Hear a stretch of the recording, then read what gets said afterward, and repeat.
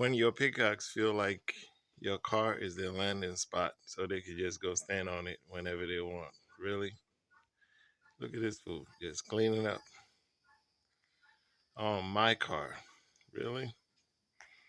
All the trees and everything that's in this yard, my car is what he wants. This life is not balanced at all. There you go, right there. When your peacock feel like your car is where he can clean up at.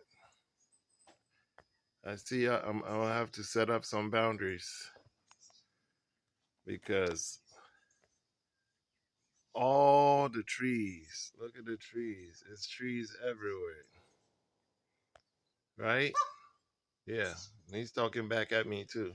All the trees and everything that's in here. He could have stood over the fence. It's my car you want. Really?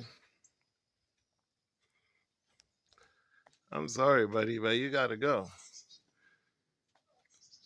You gonna fix my paint job? See, he don't even care. He's like, you talking to me?